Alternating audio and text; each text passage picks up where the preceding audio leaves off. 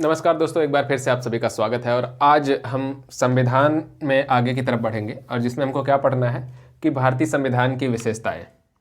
तो क्या पढ़ना है, जो भारत का संविधान है उसकी विशेषता क्या है। बहुत सारी बातें हैं संविधान की जो विशेषता के अधीन हम पढ़ते हैं। जैसे जब आपको पता होगा कि जब भारत का संविधान बना, कब बना, सबसे पहले कुछ एक चीज़ों को देख लेते हैं कि भारत का संविधान कब पूरा हुआ था। 26 नवंबर 1949 को। और जैसा कि आपको पता होगा कि जो हम लोग जिस सीरीज़ में कर रहे हैं लेखपाल की सीरीज़ में, तो उसमें आपको पता होगा कि अभी लेखपाल की वैकेंसी आज क्लियर हो गई है, 8085 पोस्ट। उम्मीद करते हैं कि हो जाएगी और वैकेंसी होगी, तो आप लोग अभी से जुट जाइए, ज़्यादा दिन बचा नहीं है। तो 26 नवंबर 1949 को ये जो है संविधान की क्या हुआ था, इसका ये बन के तैयार हुआ था। और इस दिन कुछ एक जो इसकी आर्टिकल्स हैं या फिर कुछ एक संविधान का कुछ हिस्सा लागू भी कर दिया गया था, जिसमें से 2-3 बातें थी, ये कभी कभी पूछता है। तो ये नागरिकता से संबंधित बातें जो थी उसको लागू कर दिया था। जो छोटे शीर्षक वाले थे, छोटे शीर्षक, उससे संबंधित जो बातें थी उससे लागू कर दिया गया था। और महत्वपूर्ण जो नियम थे, कानून थे, उसको, और जो एक इम्पॉर्टेंट था कि जो चुनाव से संबंधित जो थे उन सबको जो है लागू कर दिया गया था। इसमें आर्टिकल देखोगे तो आर्टिकल इतना इंपॉर्टेंट नहीं है, लेकिन ये देखोगे तो 5, 6, 7, 8, 9 था। फिर देखोगे 60 था, 324 था, 366 था, 367 था, इसी तरह से 380 था और शायद 388 था। ठीक है, 300, फिर 91, 92, 392, 393, ये सारे कुछ आर्टिकल्स थे जो लागू कर दिए गए थे। ठीक है, तो ये आर्टिकल इतना इंपॉर्टेंट नहीं है। 5, 6, 7, 8, 9 जो ये भी है, ये देखोगे नागरिकता से संबंधित था। 5 से 11 तक का जो आर्टिकल है नागरिकता से संबंधित है। ये आपको इतना ये याद रखना है कि नागरिकता से संबंधित बातों को लागू कर दिया गया था। छोटे शीर्षक वाले और कुछ अन्य उपबंध थे उनको लागू कर दिया गया था, और कुछ चुनाव से संबंधित जो बातें थी उनको लागू कर दिया गया था। इसके बाद देखोगे जो पूर्ण रूप से जब संविधान जो लागू हुआ, वो कब लागू हुआ पूर्ण रूप से, वो लागू हुआ था 26 जनवरी 1950 को लागू हुआ था। ये सारी बातें हमको रटी हुई होनी चाहिए, मतलब रटने का मतलब है बिल्कुल जुबान पर होनी चाहिए, इसमें से गलत होने का चांस ना हो इसमें। ठीक है, तो 26 जनवरी 1950 को संविधान लागू हो गया। आपको पता है संविधान जब बन रहा था तो उसमें बहुत सारी समितियां बनी थी। ये सारी बातें अब तक तो आपने, मतलब उम्मीद करते हैं कि आपको एकदम से माइंड में होगी। तो एक समिति, सबसे इंपॉर्टेंट जो समिति थी उसमें संविधान में, उसमें देखोगे कौन सी समिति थी, कौन सी समिति थी, प्रारूप समिति थी। ये चीज़ें एक बार रिकैप में रहेंगे तो आपको फिर से ध्यान में आ जाएंगी। प्रारूप समिति जो थी, जिसको आपने देखा था कुल 141 बैठकें इसकी हुई थी, 6 महीने से कम का वक्त लिया था। ठीक है, और इसने जो है संविधान का प्रारूप तैयार किया था और फिर संविधान सभा में पेश किया। और लास्ट में जो है एक बिल पेश किया गया था। कौन सा था bill? The constitution as settled by the assembly भी पास्ड करके वो बिल था, अम्बेडकर ने उसको पेश किया था। ठीक है, 14 नवंबर को वो शायद पेश किया गया बिल, और जो है लास्ट में 26 नवंबर को वो पारित हुआ। तो ठीक है, ये सारी बातें थी। और इसके बाद जो है अब प्रारूप समिति में एक चीज़ जो यहाँ से इंपॉर्टेंट है, जो आपको हमेशा याद रखने की बात है कि इसमें कौन कौन से सदस्य थे। इसके अध्यक्ष कौन थे? अध्यक्ष थे इसके, देख लो यहाँ पे कि इसमें कुल 7 सदस्य थे। 7 सदस्यीय समिति थी प्रारूप समिति, आपको ये मैंने बता दिया है। 7 सदस्य थी, जिसमें से आप देखोगे कि अध्यक्ष इसके कौन थे? अध्यक्ष थे डॉक्टर अम्बेडकर थे। और अम्बेडकर के सहित जो है, अम्बेडकर साहब के सहित जो है इसमें 6 अन्य लोग थे, जिसमें से एन गोपालास्वामी अयंगर थे, और अल्लादी कृष्णा स्वामी अय्यर थे, सैयद मोहम्मद सादुल्ला थे, डॉक्टर के.एम. मुंशी थे, डी.पी. खेतान थे, और फिर जो है बी.एल. मित्र थे। बाद में इनकी जगह पर कौन कौन आए थे ये भी आपको पता होना चाहिए, और ये आपको मैंने बताया है, तो आप हमें कमेंट करके बताएं। जो आपने देखा होगा कि डी.पी. खेतान 1948 में इनकी मृत्यु हो गई थी, तो उनकी जगह किसने ली थी? चलिए अच्छा, मैं इसको बता देता हूँ। टी.टी. कृष्णामाचारी ने ली थी। एक और व्यक्ति थे, बी.एल. मित्र की जगह किसने ली थी, वो हमें आप बताइएगा कमेंट करके। तो चलिए अब हम आगे बढ़ रहे हैं कि संविधान की हमारी विशेषता क्या है। जाहिर सी बात है, जो हमारा संविधान था बहुत सारे देशों के कॉन्स्टिट्यूशंस को खंगालने के बाद बना। डॉक्टर अम्बेडकर ने संविधान सभा में बड़े गर्व के साथ कहा था कि जो हमने संविधान बनाया है वो बहुत सारे देशों के संविधान के जो है उनके अध्ययन करने के पश्चात, उनको खंगालने के बाद जो उसमें से सबसे अच्छी चीज़ें थी उन सबको हमने अपने आप में समाहित किया है। और आपको पता है संविधान बनाने में कुल टाइम जो लगा था, ये भी कभी कभी पूछ लेता है सीधा सीधा क्वेश्चन, तो कितना टाइम लगता है? लगा था 2 वर्ष 11 माह। वैसे मैं ये सारी बात आपको बता चुका हूँ प्रीवियस वीडियोस में। जो पहला ही वीडियो होगा आई थिंक कि जो संविधान की जो बात कर रहे होंगे, संविधान का विकास में, संविधान की विकास यात्रा के, उसी में होगा आपका, तो आप उसको देखेंगे तो आपको पूरा डिटेल में पता चल जाएगा। चलिए इसके बाद आपको पता होगा कि जब संविधान हमारा बनकर के तैयार हो गया अंत में 26 जनवरी 1950 को लागू हुआ, इसमें बहुत सारी विशेषताएं थी। जैसे इसमें सबसे पहली बात तो ये है कि जिस आधार पर संविधान की आलोचना की गई वही वो सब खास बातें विशेषताओं में भी इसकी देखी जाती हैं। जैसे पहली बात इसमें आप देखेंगे कि हमारा जो संविधान है सबसे लंबा व लिखित संविधान है।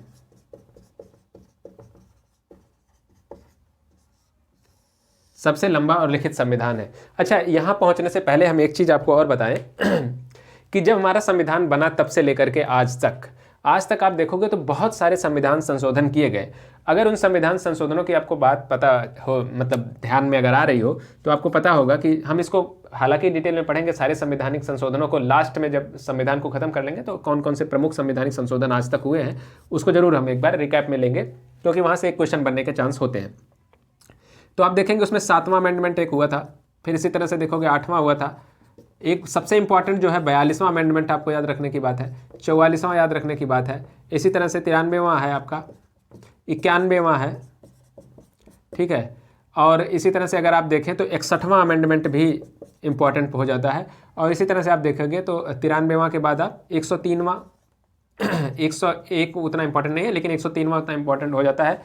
तो ये सारे अमेंडमेंट है। अब इसमें से हम जो है और भी बहुत सारे अमेंडमेंट हुए हैं संविधान में, जाहिर सी बात है 1 से लेकर के 103 तक हम पहुँचे, 104 तक आप पहुँच गए, ठीक है, आगे भी आ गया है।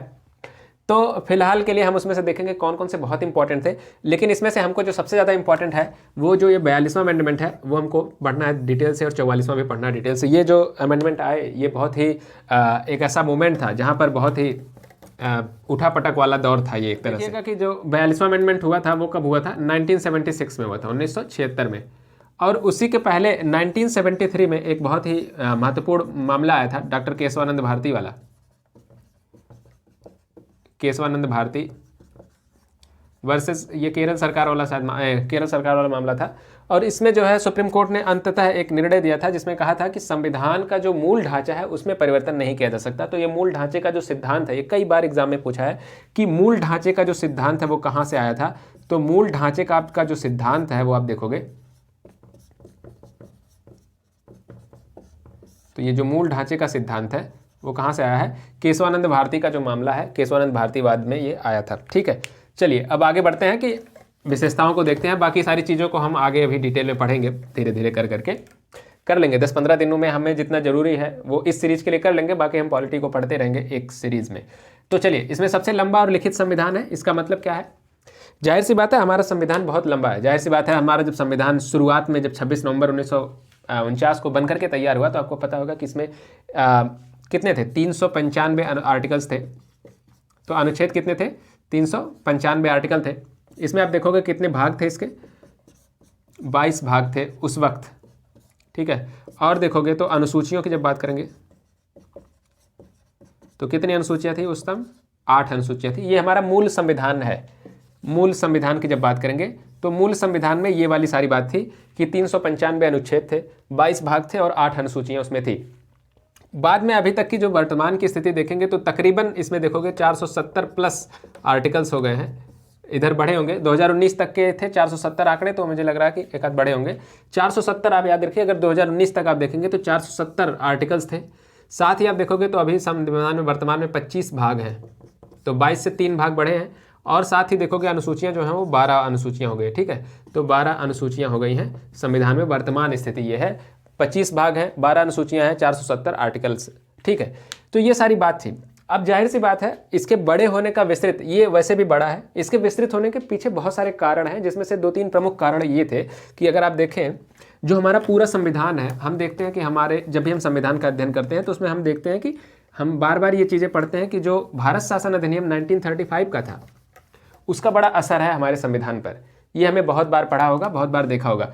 तो ये एक उसका बहुत महत्वपूर्ण रीजन है जिससे संविधान काफ़ी बड़ा हुआ, क्योंकि आपको पता होगा कि जो भारत शासन अधिनियम था वो अकेले ही काफ़ी विस्तृत दस्तावेज था। इसके पश्चात क्या हुआ कि जब हमारा संविधान बनकर के तैयार हुआ तो ये भारत शासन अधिनियम की अधिकांश चीज़ें हमने भारत शासन अधिनियम से उठा करके या तो हूबहू ले लिया या तो फिर उससे मिलती जुलती चीज़ों को हमने अपने संविधान में अपनाया है। जिसमें से आप देखेंगे कार्यपालिका और जो है जो विधायिका और कार्यपालिका में समन्वय वगैरह है, संसदीय प्रणाली की जो चीज़ें हैं वो हमने यहाँ से उठाया है, दैनिक प्रशासन की जो सारी बातें हैं उसमें से अधिकांश चीज़ें हमने यहाँ से ली है। तो बहुत सारी चीज़ें हमने यहाँ से उठाई। तो एक तो प्रभाव है 1935 का जो एक्ट है का प्रभाव है, जिसकी वजह से हमारा संविधान लंबा हुआ है। दूसरी देखोगे जो सबसे इंपॉर्टेंट बात है वो ये है कि आप देखेंगे जो भारत है, भारत कोई एक जाति या एक धर्म या एक समुदाय का नाम नहीं है। भारत में देखोगे तो कई सारी जातियां हैं, कई सारी भाषाएं बोली जाती हैं भारत में, कई सारे प्रजातियों के लोग भारत में रहते हैं और भारत की जो भौगोलिक विविधताएं भी बहुत व्यापक हैं। आप देखेंगे कि भारत में रेगिस्तान से लेकर के तटीय क्षेत्रों को लेकर के, फिर आप देखोगे पठारी क्षेत्रों को लेकर के, पहाड़ी क्षेत्रों को लेकर के, जंगली क्षेत्रों को यानी वन के जो प्रदेश हैं, हर एक प्रकार की विविधता है भारत में। और इसी की वजह से देखोगे तो भारत में वो जो जंगल में रहने वाली जो आदिवासी समुदाय से लेकर के भारत में एक से नगरी समाज में रहने वाले व्यक्ति का भी एक तरह से आप देखेंगे कि उसका भी बहुत अधिक व्यापक स्तर पर विविधता देखने को आपको मिलेगी। तो इन सबके लिए जो है शासन प्रशासन चलाने के लिए अलग अलग तरीकों में कुछ एक विशेष प्रावधानों के साथ लोगों के लिए कानून का निर्माण किया गया, लोगों को बहुत ही व्यापक तौर पर उनसे अपने साथ जोड़ने के लिए। आप देखेंगे कि शेड्यूल्ड कास्ट और शेड्यूल्ड ट्राइबल के लिए, SC STs के लिए आपने देखा संविधान में आप पढ़ते होंगे कि दो पर्टिकुलरली अनुसूचियां, दो शेड्यूल्स हैं। तो उसमें कौन कौन से शेड्यूल है? 5वां और 6ठी अनुसूची, ठीक है। 5वीं और 6ठी अनुसूची, उसको हम डिटेल में पढ़ेंगे कि 5वीं अनुसूची में किसको किसको लिया गया है, किसको छोड़ दिया गया है। ATM स्क्वायर हम पढ़ते हैं ना कि ठीक है, अरुणाचल प्रदेश और जो है उसको हम जो पढ़ते हैं त्रिपुरा और मेघालय और मिजोरम जो पढ़ते हैं, उसमें मणिपुर नहीं आता। तो ये जो कुछ भी है उस सब चीज़ों के साथ हम देखेंगे इसमें किस तरह से है, 5वीं और 6ठी अनुसूची को डिटेल में पढ़ेंगे, ठीक है। तो इन सबके प्रशासन के लिए आपने देखा होगा कि इसके लिए भी प्रशासन की व्यवस्था की गई है। और इसके बाद आप भारत में देखेंगे, जैसे आपको हमने बताया, बहुत सारी भौगोलिक विविधता है। तो उन सभी जगहों पर जैसे आपने देखा होगा कि 12 ऐसे प्रमुख राज्य हैं जिनको जो है, जिसमें आपको देखेंगे कि जितने पूर्वोत्तर के राज्य हैं उनके लिए अलग से नियम कानून है। इसी तरह से जो और तटीय क्षेत्र हैं उनके लिए भी अलग से, कोस्टल जोन जो है उनके लिए भी अलग से कानून, बहुत सारे प्रावधान बनाए गए हैं। तो इन सबका भी जो प्रभाव रहा, तो एक जो सिंपल सी अगर बात हमें एक शब्दों में, एक लाइन में कहना चाहें तो उसके में हम ये कह सकते हैं कि जो प्रभाव क्या है, भौगोलिक और सामाजिक विविधता, ठीक है, इसमें भौगोलिक और सामाजिक सांस्कृतिक विविधता जो है वो एक अहम रोल निभाती है, जिसकी वजह से भी भारत का संविधान काफी बड़ा हुआ है। तीसरी जो अगर बात करें, जैसे आप देखेंगे कि बहुत सारे राज्य से, जैसे भारत में एक संघीय प्रणाली है, जाहिर सी बात है, लेकिन आपको अभी आगे बताएंगे कि वो संघ के लिए हमने जो है यूनियन शब्द का प्रयोग किया, हमने फेडरल शब्द का प्रयोग नहीं किया। लेकिन अमेरिका में भी देखेंगे वही संघीय प्रणाली है, ठीक है।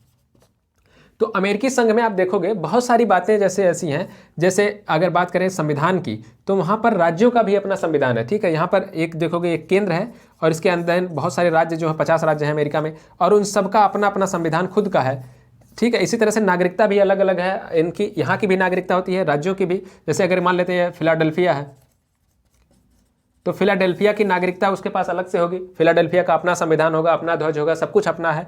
और इसी तरह से फिर वो एक संघ का भी संविधान होगा, ठीक है। तो एक संघ की नागरिकता भी उसके पास होगी, तो एक दोहरी नागरिकता, दोहरा संविधान भी अलग अलग है। लेकिन भारत में ऐसा नहीं है। भारत में जो भी 28 राज्य हैं, 8 केंद्र शासित प्रदेश हैं, उन सबके लिए एक ही संविधान है। पिछले कुछ समय पहले, अगर 19 से पहले तक देखेंगे तो जम्मू कश्मीर एकमात्र ऐसा राज्य था जिसका अपना खुद का संविधान था, बाकी इसके इतर सभी का जो है, सभी के लिए एक ही संविधान था। लेकिन अब वर्तमान की स्थिति आपको पता ही है कि अब सभी के लिए एक ही संविधान है। तो एक ही संविधान हो जब सभी राज्यों के लिए, तो जाहिर सी बात है उन सभी राज्यों की जरूरतों को समेटते हुए जो संविधान लिखा जाएगा, तो जाहिर सी बात है वो अपने आप में एक विस्तृत दस्तावेज का रूप लेगा। तो ये बात आप कह सकते हैं कि या तो इसी में रख लीजिए, या तो कह लीजिए कि सभी राज्यों के लिए एकल संविधान, या तो सिंपल आप लिखिए कि एकल संविधान। इसमें आप डिटेल में लिख सकते हैं कि सभी राज्यों के लिए एकल संविधान की जो बात है उससे भी ये विस्तृत हुआ है। और अगर इसमें कुछ आप देखना चाहें एकल संविधान में तो एक चीज़ और इम्पॉर्टेंट होती है, और वो ये है कि जो संविधान सभा हमारी बनी, जो हमारी संविधान सभा थी, जाहिर सी बात है उसमें वकीलों का प्रभुत्व था।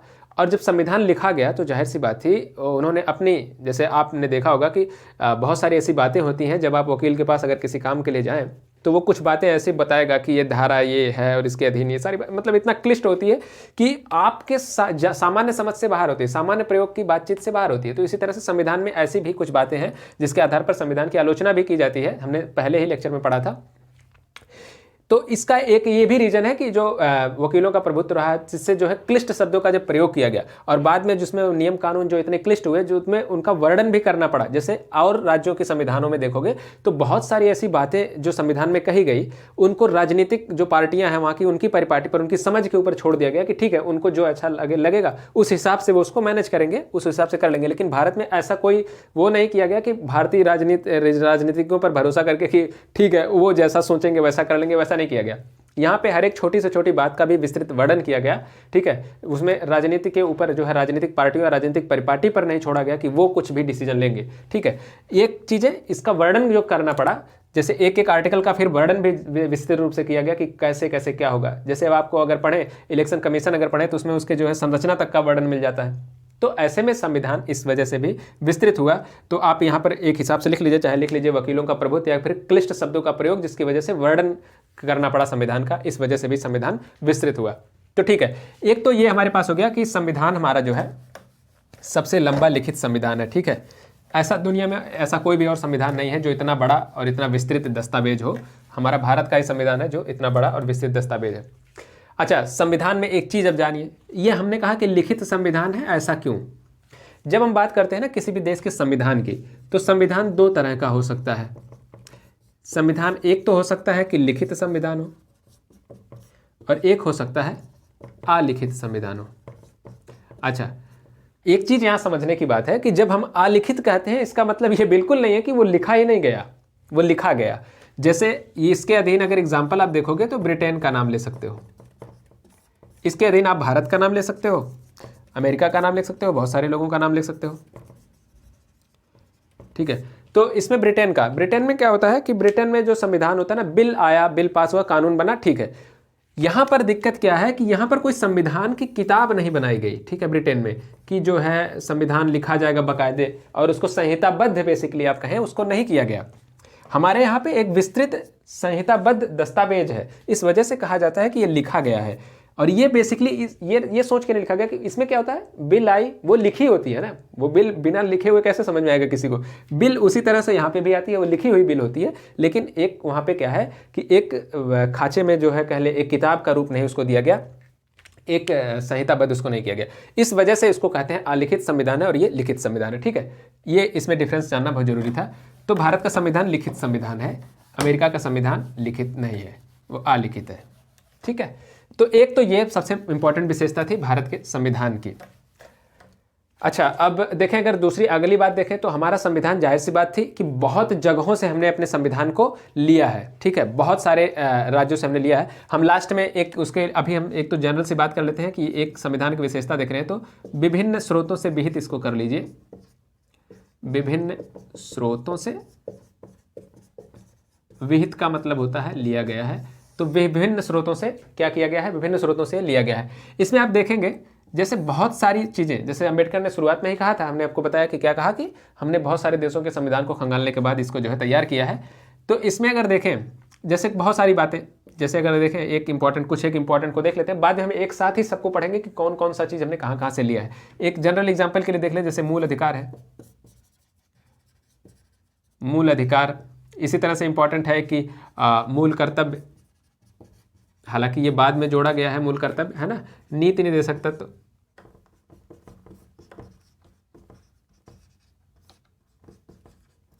ठीक है। और अगर बातें देखें तो जैसे मूल अधिकार आपने कहाँ से लिया, हमने मूल अधिकार हमने सबसे पहले देखोगे मूल अधिकार कहाँ में आया, अमेरिकी संविधान में देखने में मिलता है।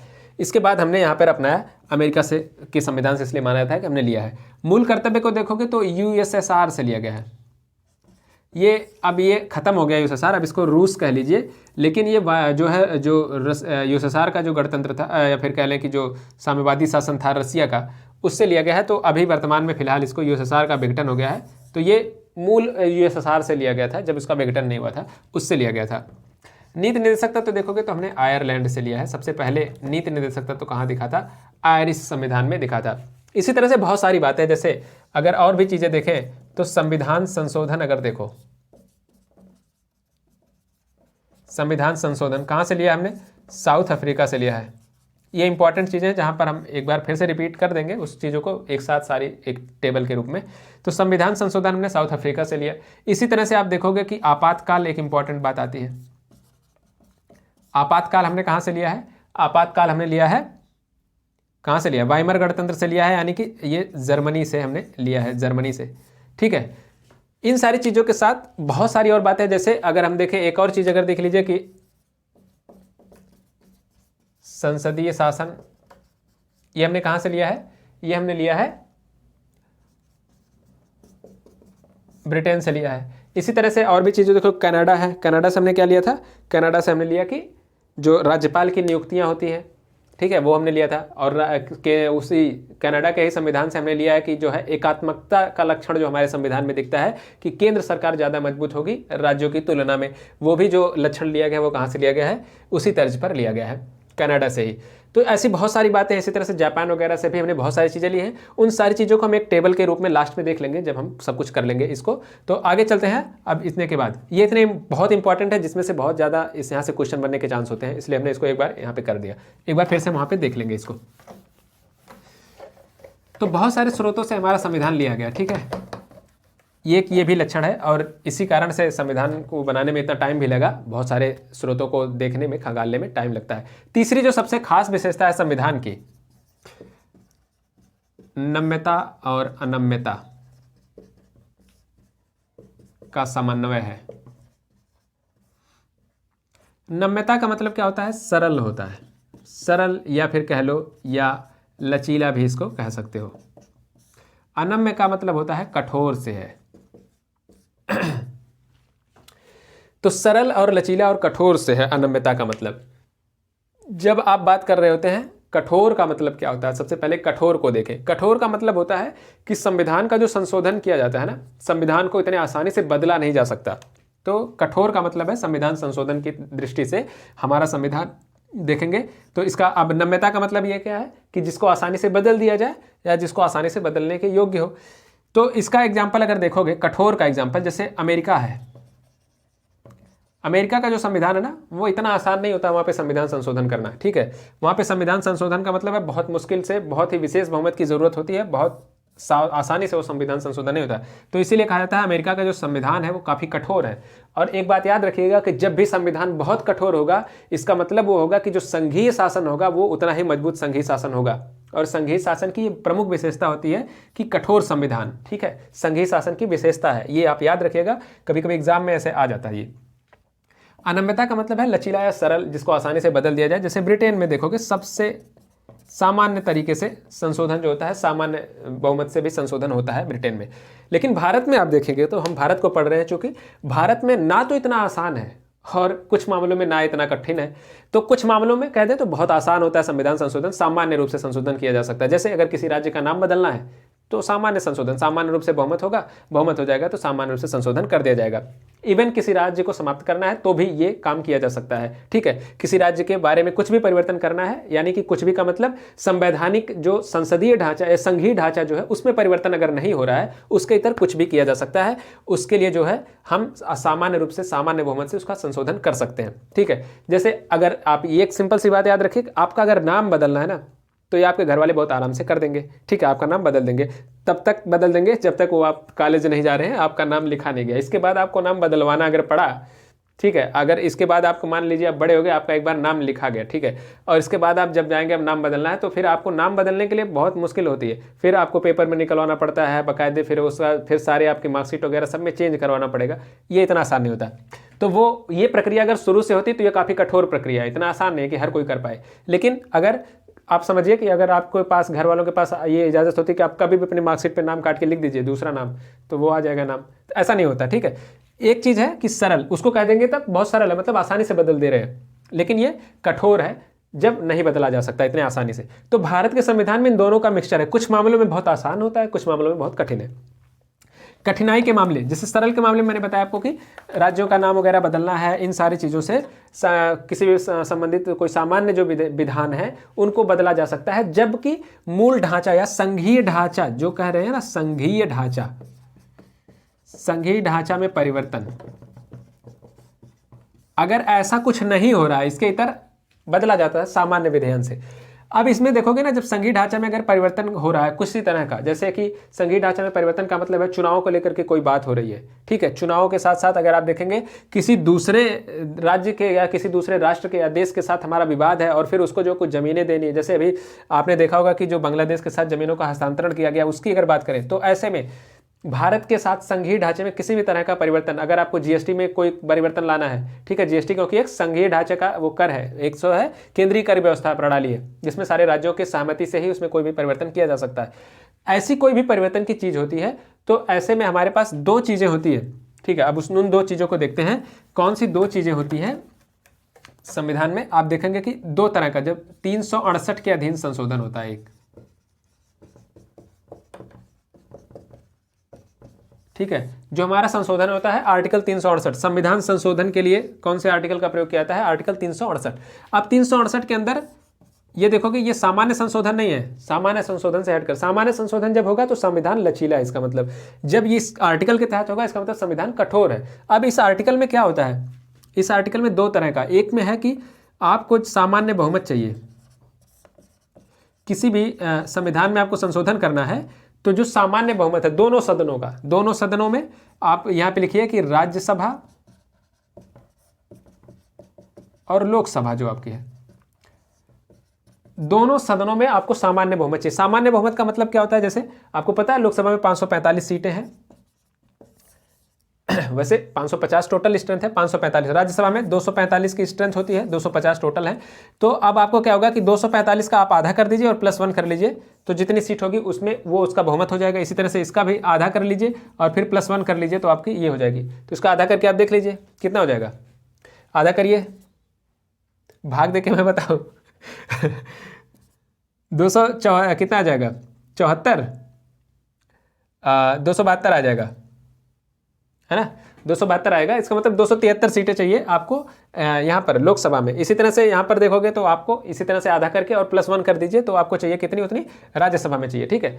तो इस तरह का मतलब ये है कि आपको क्या करना है, आधे से एक अधिक, जितने भी सदस्य हैं उससे आधे से एक अधिक सामान्य बहुमत ही होगा, दोनों सदनों में सामान्य बहुमत चाहिए, पहली क्राइटेरिया है। दूसरी क्राइटेरिया है ये दोनों साथ में चाहिए। दूसरी क्राइटेरिया क्या है, जब आपने ये हो गया तो आपका बिल आएगा, बात हो चीत होगी उस पर। अब जब मतदान होगा उस सामान्य संशोधन पर या उस संशोधन के लिए जब मतदान की बात आएगी तो जितने लोग उस दिन उपस्थित रहेंगे उस सभा में, ठीक है, उनका जो है 2/3 बहुमत चाहिए। तो 2/3 बहुमत चाहिए किसका, उपस्थित व मत देने वाले का, उपस्थित और मत देने वाले लोगों का 2/3 बहुमत चाहिए वहां पे, तब जाकर के ये बिल पास होगा। एक ये कंडीशन है। दूसरी कंडीशन है कुछ इतर मामले हैं जो राज्यों से जुड़ी हुई बातें हैं, या फिर कह लें कि जो संघीय ढांचे से जुड़ी हुई बात है, अगर उससे संबंधित कोई परिवर्तन करना है, कोई संशोधन करना है, तो उसमें क्या होता है, ये दोनों चीजें तो चाहिए ही, ठीक है, ये दोनों चीजें चाहिए ही, उसके साथ ही प्लस क्या चाहिए होता है, आधे से अधिक राज्यों का जो विधानमंडल है,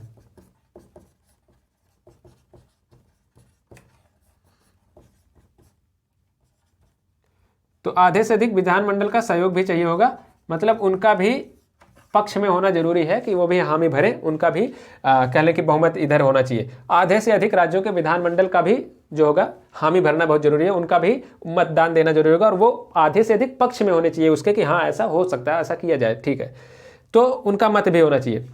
तो ये एक कंडीशन ये है, और एक कंडीशन ये दोनों को मिला करके बनती है, ठीक है। तो ये और भी कठोर हो जाता है। देखो ये तो अभी इतना ही था, अभी एक और ले आओ, आधे राज्यों को मिलाओ, तो दोनों और भी कठोर है। तो ये काफी इतना आसान नहीं है 368 के अधीन संशोधन, ये इसीलिए कहा जाता है कि ये कठोर वाला प्रावधान है। और जब सामान्य रूप से हम कह देते हैं कि ठीक है राज्यों का नाम बदलने सर्कुलर जारी करके एक विधेयक आया, और इसके बाद जो है सामान्य रूप से उसको बदल दिया गया कि राज्य का आज से नाम, देख रहे हैं आप किसी भी राज्य वगैरह में जगह वगैरह का नाम तो ऐसे ही बदल देते हैं जैसे मालूम पड़ता है कि कुछ भी कर दो, ठीक है। तो ये एक नम्यता और अनम्यता का हमारा मिक्सचर है, ना तो बहुत कठिन है ना ही बहुत लचीला हमारा संविधान है। दूसरी एक इंपॉर्टेंट बात अगर देखें, एक प्रमुख चीज है कि एकात्मकता की ओर झुकाव।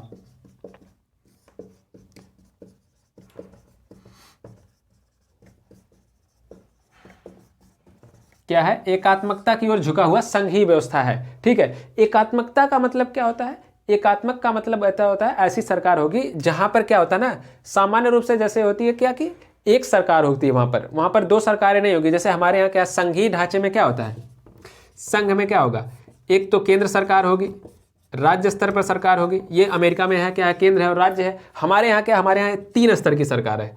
तो हमारे यहाँ 3 स्तर की सरकार में क्या है, स्थानीय सरकार भी है। ठीक है, स्थानीय सरकार जो ये कब से आई, ये बाद में जोड़ी गई, 73वां 74वां अमेंडमेंट हुआ। ठीक है, वो जो 1993 में हुआ और 94 से लागू हुआ। कौन था, पंचायती राज इसमें जोड़ा गया, पंचायत एक बार जोड़ा गया 73वें में, ये 73वां अमेंडमेंट था। 74वें में क्या जोड़ा गया, 74वें में आपने देखा कि नगर निगम वाला है, फिर नगर पंचायत वाला जो है वो जोड़ा गया, नगरों में जो स्थानीय शासन है। तो ये दोनों को जोड़ा गया और ये गांधीवादी सिद्धांतों से प्रेरित है। ठीक है, अब यहाँ पे देखोगे कि संघ होगा जब, तो उसमें केंद्र और राज्य होगा। ये संघीय प्रणाली कम से कम 2 स्तर की सरकार है। यहाँ पे हमारे यहाँ फिलहाल 3 स्तर की सरकार है। और जो यहाँ पर देखोगे, जो एकात्मकता की जब बात करोगे, तो एकात्मकता में क्या होता है कि यहाँ पर एक ही सरकार, सामान्य रूप से जरूरी नहीं कि यहाँ पे 2 सरकारें होंगी, यहाँ पे एक ही सरकार होगी। जैसे नॉर्थ कोरिया में देखो, मेन रूप से जो चलता है किसका है, वो किस, कोई और जानता है वहाँ पे कोई राज्य है, कोई क्या है, सभी को पता है कि वहाँ पर एक ही शासन है, वहाँ पे वैसे चल रहा है।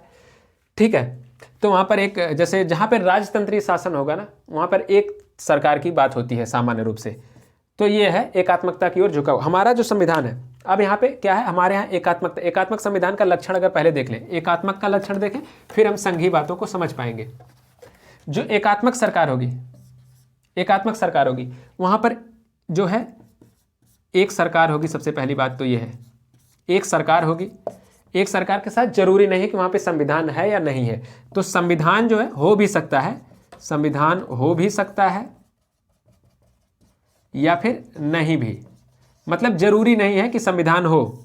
ठीक है, संविधान हो भी सकता है और नहीं भी हो सकता है। अब नॉर्थ कोरिया में संविधान है या नहीं, क्या फर्क पड़ता है यार, वहाँ पे सारी बात कौन है, वो जिसने, उसने कहा कि हंसने पर, अभी सोचो अभी 10 दिन पहले हंसने पर उसने प्रतिबंध लगा दिया था, क्योंकि उसके किसी पूर्वज का, उसके दादा का शायद वो था कुछ, क्या बोलते हैं उसको, मना रहा होगा यार वो, तो उसने हंसने पर प्रतिबंध लगा दिया था कि अगले हफ्ते तक कोई हंसेगा नहीं। तो सोचो वहाँ पर जो भी संविधान है, तो संविधान हो भी सकता है, नहीं भी हो सकता, कोई फर्क नहीं पड़ता। तीसरी बात आप देखोगे कि एकल नागरिकता होगी।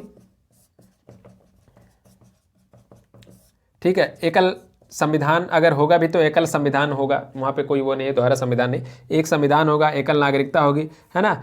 आपातकाल, आपातकाल जो होगा वो जब मन में आएगा तब आपातकाल, वो आपातकाल ही है कि अब आप हंसेंगे नहीं, इससे बड़ा क्या आपात हो सकता है। तो आपातकाल, ये वाला जो लक्षण है वो भी एकल सरकार का लक्षण है।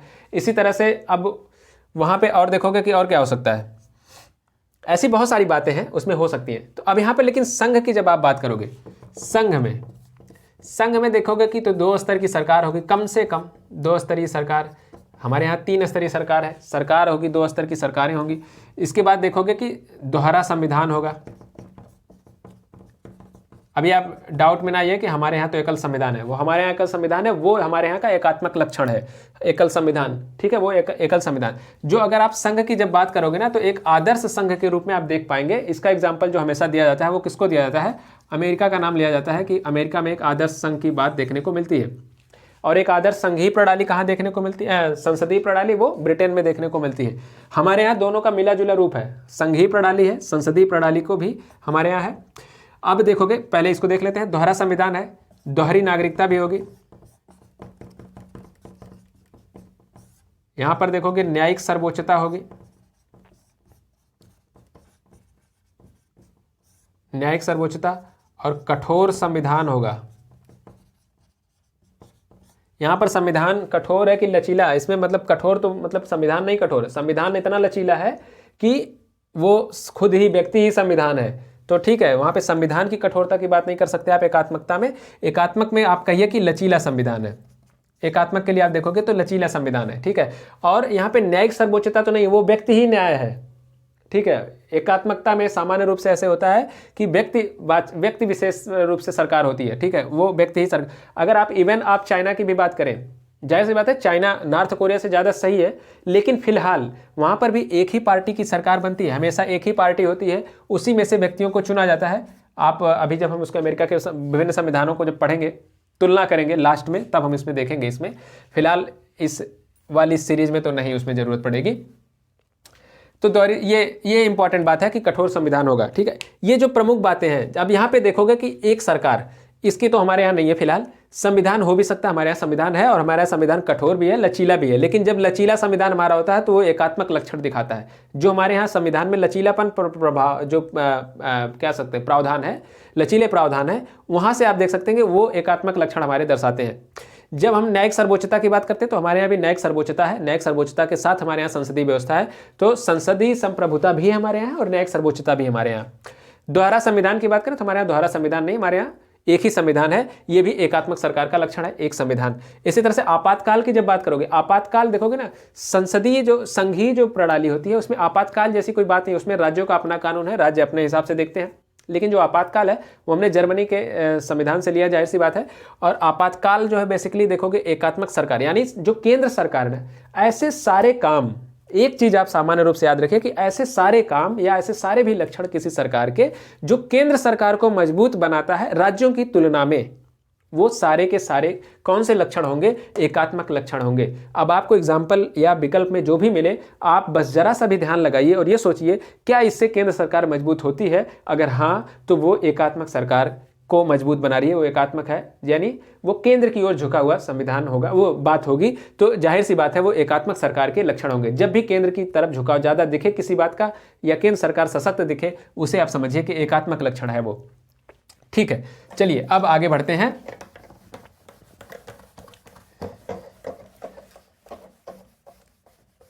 इसी तर्ज पर अगर आप देखेंगे तो हमारे यहाँ एकीकृत और स्वतंत्र न्यायपालिका तो है ही, ये हमने बात कर ही ली है।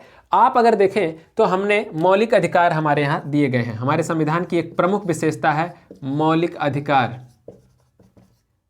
मौलिक अधिकार ये एक अलग से चैप्टर है, हम इसको पूरा डिटेल में पढ़ेंगे मौलिक अधिकार को। फिलहाल के लिए आपको पता है कि समता का अधिकार है 14 से 18 तक, फिर 19 से 22 तक स्वतंत्रता का अधिकार है। 23-24 देखोगे तो आपका किसका है, शोषण के विरुद्ध अधिकार है। फिर आप देखोगे 25 से 28 तक धार्मिक स्वतंत्रता का है। फिर 29 से जो 30 है वो है जो आपका कौन सा है, वो है अल्पसंख्यकों के लिए अधिकार है। और फिर देखोगे 31 जो संपत्ति का अधिकार था, 31 को समाप्त कर दिया गया है, आर्टिकल 31 को समाप्त कर दिया गया, उसको 300 कहाँ पे जोड़ दिया है, आर्टिकल 300 के ग में जोड़ दिया गया है, उसको यहाँ पे समाप्त कर दिया है। ठीक है, 31 को समाप्त कर दिया गया। जो संपत्ति का अधिकार था वो मूल अधिकार अब नहीं रहा, वो कानूनी अधिकार है, वो अब संपत्ति का अधिकार मूल अधिकारों की श्रेणी से बाहर कर दिया गया है। 31 के बाद आर्टिकल 32 आप देखोगे तो कॉन्स्टिट्यूशनल रेमेडीज हैं, इसी तरह से और भी 33, 34, 35 2-3 और बचते हैं। लेकिन हम इन सबको जो है मौलिक अधिकारों को जो है उसमें जो अगले वाले में 33, 34, 35 है, सेना वगैरह को जो दिया गया अधिकार है प्रमुख रूप से, उन सारी बातों को करेंगे हम, उसको डिटेल में पढ़ेंगे। तो मौलिक अधिकार हमारे पास आप देखोगे आर्टिकल जो है 12 से लेकर के 35 तक हमारे पास मूल अधिकार है, जो कि भाग 3 में आते हैं आपके। ठीक है, इसको हम डिटेल में पढ़ेंगे बेसिकली अगले चैप्टर के, जब हम देखेंगे प्रस्तावना के बाद ही मूल अधिकार शुरू हो जाएगा, तो इसको हम पढ़ेंगे। इसके बाद आप देखोगे कि मूल अधिकार के साथ ही आप देखोगे तो नीति निर्देशक तत्वों की भी हमारे संविधान में बात की गई है।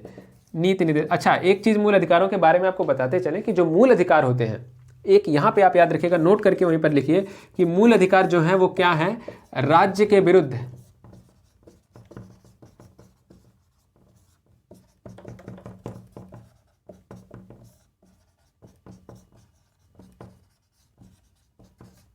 राज्य के विरुद्ध नागरिकों को अधिकार है वो। ठीक है, राज्य के विरुद्ध नागरिकों के अधिकार, और मूल अधिकारों का जो संरक्षण करता है वो कौन होता है, संरक्षक कौन है इसका, सुप्रीम कोर्ट है। मूल अधिकारों का संरक्षक किसे कहा जाता है, सुप्रीम कोर्ट को कहा जाता है। ठीक है, अब कैसे संरक्षण करता है इन सारी बातों को हम लोग पढ़ेंगे, किस तरह से रिट वगैरह जारी करता है, कॉन्स्टिट्यूशनल रेमेडीज हम मूल अधिकार पढ़ेंगे, आर्टिकल 32 में सारी बात आती है। ठीक है, उसी के तौर पर अगर आप राज्यों को देखेंगे तो राज्य की जो न्यायालय है, यानी कि जो हाई कोर्ट्स हैं, वो भी रिट जारी करती हैं। वो कौन सा आर्टिकल का प्रयोग करती हैं, आर्टिकल 226 का प्रयोग करती है। चलिए हम उन सब बातों को बाद में पढ़ेंगे। तो नीति निर्देशक तत्व भी है। नीति निर्देशक तत्व तो आप देखोगे तो आर्टिकल जो मूल अधिकार खत्म होता है वहीं से बाद से 36 से लेकर के 51 तक चलता है। ये आपका आर्टिकल 36 से 51 तक नीति निर्देशक तत्व है। इसको भी हम डिटेल में पढ़ेंगे, इसके मूल अधिकार की जस्ट बात पढ़ेंगे। ये देखोगे भाग 4 में पढ़ता है, भाग 4 में पढ़ता है। ठीक है, और फिर इसी में आप देखोगे कि हमारे पास मूल कर्तव्य भी है। हमारे संविधान की विशेषता ही है, मूल कर्तव्य है कि नागरिकों को सिर्फ अधिकार ही नहीं दिए गए, उनमें कर्तव्यों को भी बाद में जोड़ा गया। मूल कर्तव्य 1976 का जो अमेंडमेंट है, 42वां संविधान संशोधन है, उसी में स्वर्ण सिंह समिति की सिफारिश पर इसको जोड़ा गया था। लेकिन हम इसको डिटेल में पढ़ेंगे फिलहाल तो, लेकिन अभी यहाँ तक जान लेते हैं कि हम पढ़ रहे हैं कि विशेषता क्या क्या हमारे संविधान की। तो मूल कर्तव्य भी लोगों के लिए दिया गया कि सिर्फ अधिकार ही ना हो, अधिकारों के साथ साथ लोगों को अपने कर्तव्यों का भी आभास होना चाहिए। तो इसके साथ ही, लेकिन ये आपको पता है कि वाद योग्य नहीं है, मतलब ये जरूरी नहीं, अगर आप इसका पालन नहीं करते ऐसा नहीं है इसके लिए आपको दंड दिया जा सकता है। इसमें पहले स्वर्ण सिंह समिति की जो सिफारिश थी उसमें इस बात को शामिल किया गया था कि अगर आप संविधान मूल अधिकारों का पालन, मूल कर्तव्यों का पालन नहीं करते तो आपको दंड का प्रावधान भी होगा। आर्थिक दंड जैसी भी प्रावधान की बात थी, बाद में उसको हटा दिया गया, वो मतलब वो शामिल नहीं किया गया, उनकी सिफारिश को उसको माना नहीं गया। तो 10 मूल कर्तव्य हैं आपके पास, पता, बाद में एक जोड़ा गया, 11 हो गए हैं वर्तमान में। तो एक चीज आपको पता होगी कि मूल कर्तव्य कहाँ पर है, भाग 4 का में है, और आर्टिकल, एक ही आर्टिकल है 51 का, ठीक है, 51 का है, ये भाग 4 में है। तो नीति निर्देशक तत्व और मूल कर्तव्य, नीति निर्देशक तत्व का काम क्या है, नीति निर्देशक तत्व के जरिए ही उसी के सिद्धांतों पर, उसी आधार पर, उन्हीं का सहारा लेते हुए राज्यों को कहा गया है कि वो कानून का जब भी निर्माण करें तो नीति निर्देशक तत्वों के ध्यान में रखते हुए कानून का निर्माण करें। और ये पूरी तरह से जनता के शक्ति पर छोड़ दिया गया, क्योंकि जनता जिस तरह की सरकार चुन करके भेजेगी, सरकार उसी के हिसाब से, तो पूरे जनमत पर ये जागरूक है कि आपसे सरकारें क्या वादा करके आती हैं, क्या वो नीति निर्देशक तत्वों के साथ काम कर रही है, नहीं कर रही है, तो जनता अगली बार उनको 5 साल के बाद बदल देगी। लेकिन जनता, इसके लिए क्या है, जरूरी है कि जनता को नीति निर्देशक तत्व पता भी हो, तभी तो बदल देगी। तो ठीक है, इसके लिए पढ़ना जरूरी है। इसलिए कहा जाता है कि शिक्षा बहुत जरूरी है। हर एक अंधकार को मिटाने के लिए क्या होती है, शिक्षा सबसे जबरदस्त हथियार है। ठीक है, चलिए फिलहाल आगे अगर बढ़ेंगे, नीति निर्देशक तत्व मूल कर्तव्य के साथ साथ जब आप प्रस्तावना पढ़ते हैं तो एक बहुत ही इंपॉर्टेंट बात उसमें आती है, और वो एक प्रमुख विशेषता के रूप में आप देखेंगे उसको, कि धर्मनिरपेक्षता। आपने जब प्रस्तावना, अच्छा अभी प्रस्तावना अगली क्लास होगी प्रस्तावना की, तो प्रस्तावना में हम बात करते हैं ना कि हम भारत के लोग भारत को एक स्वतंत्र संपूर्ण प्रभुत्व संपन्न समाजवादी धर्मनिरपेक्ष लोकतांत्रिक गणराज्य बनाने के लिए, और इसके समस्त नागरिकों को सामाजिक आर्थिक राजनीतिक न्याय, है ना, ये सारी बातें फिर करते हैं कि विचार, अभिव्यक्ति, धर्म, उपासना, विश्वास की स्वतंत्रता, ये सारी बात जो हम करते हैं, उसमें हमने एक लाइन, जो पहली लाइन ही कहा, उसमें क्या शब्द आया, उसमें शब्द आया धर्मनिरपेक्षता। जाहिर सी बात है, जब संविधान की प्रस्तावना में हम पढ़ेंगे कि इसको बाद में जोड़ा गया धर्मनिरपेक्षता को, पहले यहाँ पे ये शब्द नहीं हुआ करता था। तो धर्मनिरपेक्षता का मतलब ये है कि जाहिर सी बात है, जैसे देखो, धर्मनिरपेक्षता का मतलब होता है कि धर्म और राजनीति अलग अलग हो, कोई लेना देना ना हो। लेकिन यहाँ पर जो हमारे भारतीय संविधान है उसमें धर्म और राजनीति का अलगाव की बात नहीं की गई है। जब हम अलगाव की बात करते हैं कि हमारा आपसे कोई लेना देना नहीं है, दैट मीन्स ये एक निगेटिव पर्सपेक्टिव है। ठीक है, हम एक निगेटिविटी की ये बात कर रहे हैं कि हमें तुमसे कोई लेना देना नहीं। यहाँ नहीं, हम ये कह रहे हैं कि हमें तुमसे भी लेना देना है, तुमसे भी लेना देना है, राजू से भी है, राम से भी है, सबसे हमारा लेना देना है, हमारे साथ सब चलेंगे। तो इसमें एक साथ बात कही गई कि सबका साथ की बात की गई है। अब मैं वो सबका साथ सबका विकास वाली बात नहीं कर रहा हूँ, फिलहाल बात वही उसी जैसी बात है कि सबको साथ में लेके चलने की बात की। जैसे हमारा जो भारतीय समाज है ना, हमारे भारत की जो परंपरा रही है वो क्या है, एक चीज रही है, सर्वधर्म समभाव की बात करता है। हमारे जो पुराण वगैरह हैं उसमें आप देखेंगे तो उसमें बात आती है, सर्वधर्म समभाव की बात आती है। सर्वधर्म समभाव का मतलब सभी धर्मों के प्रति समान व्यवहार करने की बात है। तो इसीलिए कहा गया है कि किसी के साथ कोई भेदभाव नहीं किया जाएगा, एक पॉजिटिव अप्रोच है। और यहाँ से बहुत बार क्वेश्चन बनता है, और क्वेश्चन क्या पूछता है कि भारतीय संविधान में जो धर्मनिरपेक्षता है, प्रस्तावना में जो धर्मनिरपेक्षता शब्द है उसका अर्थ है, ऐसे करके दे देगा, फिर 4 विकल्प दे देगा, उसमें एक दे देगा कि संविधान धर्म और राजनीति का अलगाव, पहला वाला विकल्प दे दिया कि धर्म और राजनीति का अलगाव। दूसरा विकल्प आपको दे रखा है कि सभी धर्मों के साथ समान व्यवहार। ठीक है, ऐसा। तो यहाँ पे जो सही क्या हो जाएगा, इसी तरह से 3-4 उसे कुछ और विकल्प दे देगा कि धर्म और राजनीति जो है एक साथ नहीं हो सकते हैं, ऐसे कुछ भी, मतलब A to Z आप समझ सकते हैं। इसमें सबसे ज़्यादा सही क्या होगा कि सभी धर्मों के साथ समान व्यवहार, या जो है सभी धर्मों को एक साथ लेकर के चलने की जो बात है वो ही इसमें सबसे उपयुक्त विकल्प सही होगा। तो हमारे यहाँ जो अप्रोच अपनाया गया धर्मनिरपेक्षता का, वो पॉजिटिव अप्रोच अपनाया गया, सकारात्मक दृष्टिकोण अपनाया गया, ये कि सभी धर्मों को एक साथ लेकर चलेंगे हम। ऐसा नहीं कहा गया कि आपसे कोई मतलब नहीं है, हम इसका देखेंगे बस। तो यहाँ पर किसी के साथ किसी भी तरह का धर्म भेदभाव नहीं होगा, चाहे वो धार्मिक स्तर पर हो, चाहे जातीय स्तर पर, किसी भी तरह का कोई भेदभाव नहीं होगा। और इसीलिए धर्म, देखोगे धर्मनिरपेक्ष पंथ, हमारे जो संविधान है उसमें पंथ निरपेक्ष की बात की गई है। अब ये और भी डिटेल्ड बात हो गई पंथ निरपेक्ष। अच्छा, पंथ निरपेक्ष जो है,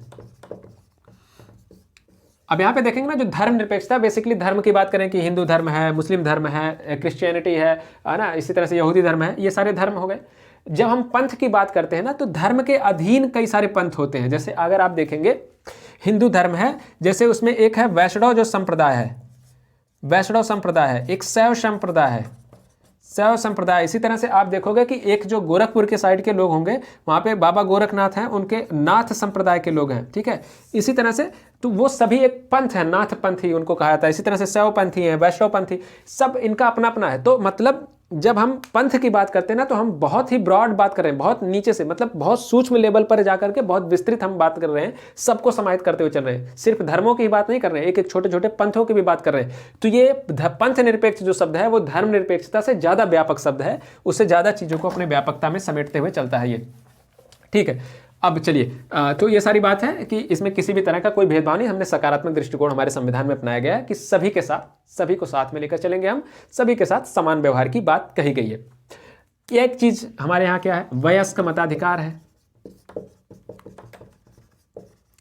जब आप बात करते हैं वयस्क मताधिकार, जाहिर सी बात है वयस्क मताधिकार की जो कवायद है, जो बातचीत है, वो कब से शुरू हुई? बहुत पहले से शुरू हो गई थी। 1938 में आपको मैंने बताया था कि जब बात हुई, सबसे पहले संविधान सभा की बात किसने की थी? 1934 में एमएन रॉय ने करी। फिर 1935 में आईएनसी ने उसकी बातचीत शुरू की। 1935 में इंडियन नेशनल कांग्रेस ने। फिर आपने देखा होगा कि 1938 में त्रिपुरा का जो अधिवेशन था, उसमें उन्होंने जो है पंडित जवाहरलाल नेहरू ने उसमें जो है बाकायदे कहा कि जो है जो हमारी संविधान सभा चुनी जाएगी वो वयस्क मताधिकार के जरिए जो है लोगों द्वारा चुने हुए जो व्यक्ति होंगे उनको भेजा जाएगा संविधान सभा में। तो वयस्क मताधिकार का मतलब होता है सभी को एक उम्र के बाद जो है मत को देने का अधिकार दे देना। फिलहाल ये कवायद करते करते लास्ट में हमारा देश आज़ाद हुआ, तब जाकर के ये सब लागू हुआ। तो हमने 21 वर्ष की उम्र रखी थी शुरुआत में मत देने की। ये बात में देखोगे कि एक 1988 में 61वां संविधान संशोधन हुआ था, अगर मैं गलत नहीं हूं तो शायद ये आप एक बार सन को जरा क्रॉस चेक करिएगा। 61वां संविधान संशोधन हुआ था और इसी संविधान संशोधन के तहत जो है क्या किया गया, जो ये आयु सीमा थी वो उसको घटा करके कितना कर दिया गया था? 18 वर्ष कर दिया गया था। कितना कर दिया गया था? 18 वर्ष कर दिया गया था। इसी के बाद देखोगे तो जो आपका इलेक्शन कमीशन है, जब आप पढ़ेंगे इलेक्शन कमीशन आप पढ़ते हैं तो उसमें कहा गया कि इलेक्शन कमीशन को जो है शुरुआत में क्या होता था, 1951 में जब इलेक्शन कमीशन ने काम करना शुरू किया तो उसमें देखोगे एकल सदस्य था। बाद में 1988 में जब ये 18 वर्ष उम्र की गई तो 1989 से इसमें 2 और सदस्यों को राष्ट्रपति ने जोड़ दिया था, क्योंकि कार्यभार ज़्यादा बढ़ गया था और इसी वजह से जोड़ा था कि 2 और लोग रहेंगे, आपको काम में थोड़ी सी मदद मिल जाएगी। इसके बाद फिर क्या हुआ 1990 में, हम इसको जब इलेक्शन कमीशन पढ़ेंगे तो उसमें देखेंगे 90 में फिर इसको समाप्त कर दिया गया। हालांकि फिर 93 में जाकर के फिर से ये बहुसदस्यीय निकाय बना इलेक्शन कमीशन, उसको हम बाद में बात करेंगे। तो वयस्क मताधिकार की बात है, 18 साल से ऊपर आप हैं तो आप पंजीकरण कराइए, आप जाके मतदान दीजिए और जरूर दीजिए, है ना। मतलब मतदान देना आपका एक तरह से एक सुनहरा मौका है, आपको एक ही बार मिलता है।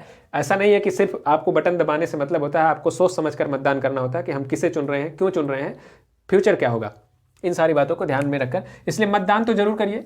मतलब ये कहना, और ये कोई विकल्प नहीं है कि आप नोटा दबा के, नोटा ना दबाइए, किसी ना किसी को चुनिए। जाहिर सी बात है कि आपको समझ में आता होगा कि कोई सही नहीं है, कोई सही नहीं है ना, ये सारी बातें होती है। आपको क्या करना है, बहुत ज़्यादा गलत, है ना, बहुत ज़्यादा गलत में से क्या है, कम गलत को चुनना है।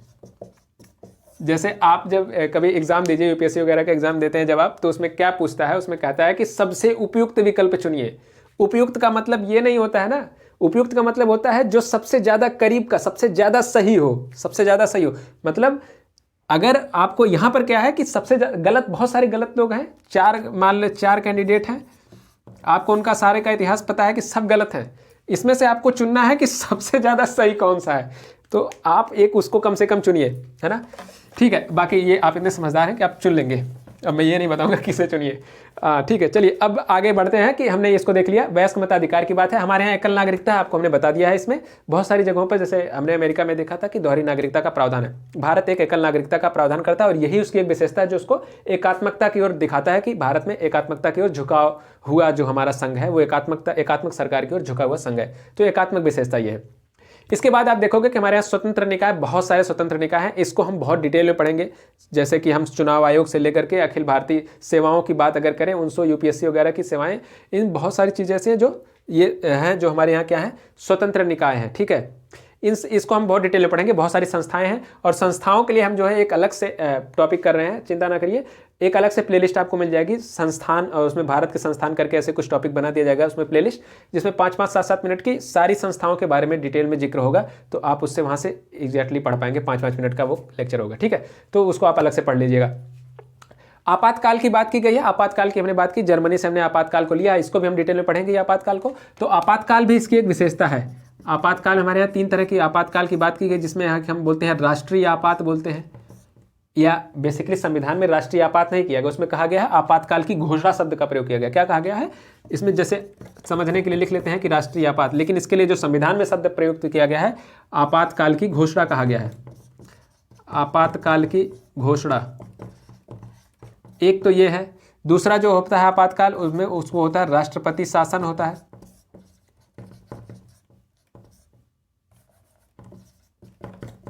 और एक तीसरा है वित्तीय आपातकाल।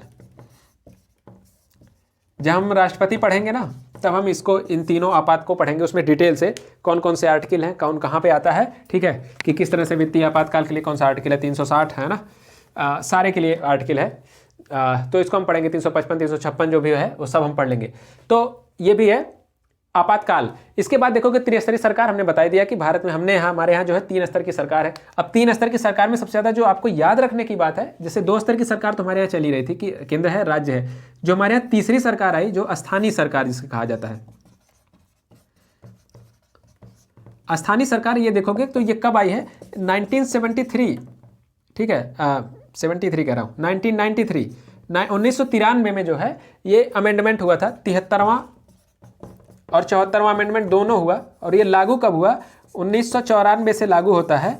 और उसी दौरान से 73वां अमेंडमेंट जो बात करता है वो पंचायत की बात करता है, पंचायती राज व्यवस्था की।